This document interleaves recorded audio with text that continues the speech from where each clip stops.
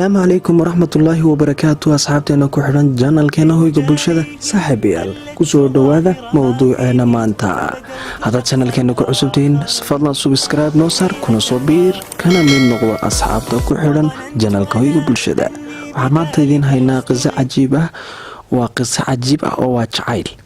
تلو ما جعيل كدبتها مايا وامد ديالدينا مايا وجعيل كدبتها bal aan eegno 2008 ilaa 2019 cajiib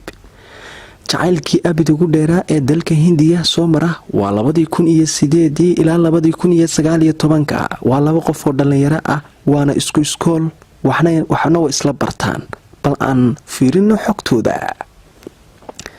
kan sawirkan idin muuqda waa 2008 xilligaas oo ay isbarteen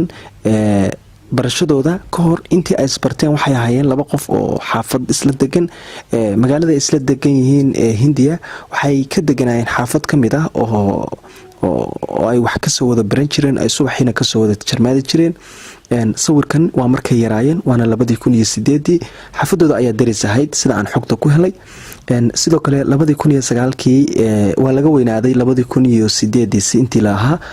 xilli walba sawir ayaa la galay 2008 2009 2010 2011 2012 2013 2014 iyo 2016 2017 2018 iyo sidoo kale 2019 oo ku jirno ayaan sawirkiisa idin haynaa waxaa hadhay 2020 wali laakiin ma soo wada galin balan eegno xogtooda sida rasmiga ah kan waa 2009kii way ka weynaadeen intii ay leekaayeen wayna soo koreen dalka Hindiya ay wali joogaan waxbarashadii ayna haddan u sii socdaan kana waa 2010kii goob dalxiis ay u baxeen waana labadooda goob dalxiis bay u baxeen xilligii intay leekaayeen 2009kii way ka weynaadeen 2010kii hadda goob dalxiis bay joogaan sida aad u aragtaan basawirka haddana waa 2011kii waana soo weynaaday ka indha kuskuusan baa soo baxay 2012kii ayaan marnaa gabadhii waatan qurux bay ilaahay ku manaystay sidoo kale ninka ilaahay quruxba ku manaystay dalka Hindiya ayay ku noolyihiin 2013kii weeye kuwana